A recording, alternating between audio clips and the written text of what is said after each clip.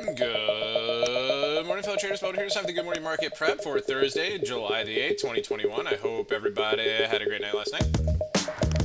This is brought to you by Positive Trends Research, and everything we're going to talk about is for educational purposes only and non-investment advice, so please take a moment to review this disclaimer. Awesome. Good. All right, let's check and see where we left off the market yesterday. So SPX is up, green on the monthly chart, green on the weekly chart, although this might change here pretty suddenly here today.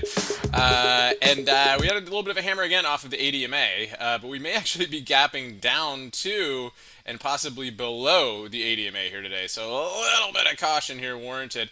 Again, we're not too surprised, right? We've been going over the wave count right here. We looked at this A, potential B, and this is a B fake out, right? Expanded flat, and it looks like we're going to a wave C down. Let's take a look at the SPY and see how it's behaving here this morning.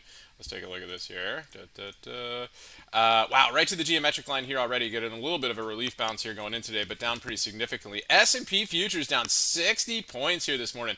Again, the big thing, they're taking all the fun out pre-market, right? They gave us this little stuff, yesterday and the day before. Like just these, don't get me wrong, the dip buys were pretty epic, right? We had this, big dip buy here, big dip buy here, and then they do this overnight. It's like, what the? And there's no headlines on it, right? They're gonna try to scramble and make up stuff here today, but it just is selling. And really, honestly, these futures traders want to go after these VPOCs, right? And we've been tracking that here in the bubble report, and in our group. And so we were hoping for that yesterday during the day, but we didn't quite get it. Of course, they bought the dip with some exuberance. So we'll see what kind of dip buy-in they get here today. Otherwise, we might see the VPOC cascade. We got a bunch of them down there, so we'll see how that goes here today. Pretty doubtful that they're going to do this all in one day, but they could. It would be a pretty fun overnight session. A pretty wild extended session from the futures, but we'll see how that goes today. Like we said, guys, no real news. There's no reaction to the Fed minutes yesterday. It was just this.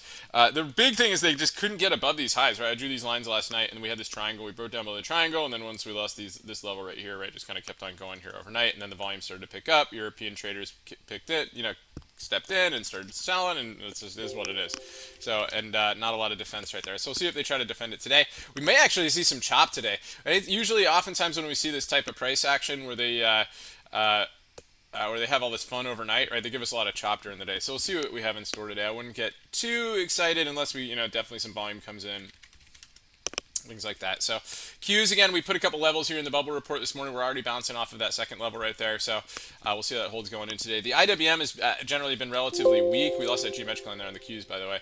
IWM is weak, right? We talked about the falling wedge, right? And then it's just kind of getting some, there was a bear flag the other day. And so just IWM has kind of been leading, the way down. Not saying that it was, pulling the market down, but it definitely has given some signs. Of course, the big one that we're always concerned about is the XLF, right? As go the banks, so go the market. So we talked about a potential bear flag yesterday, and it turns out like that it really just got extended, and then we just gapped below it here this morning, and the banks down pretty heavily here this morning too.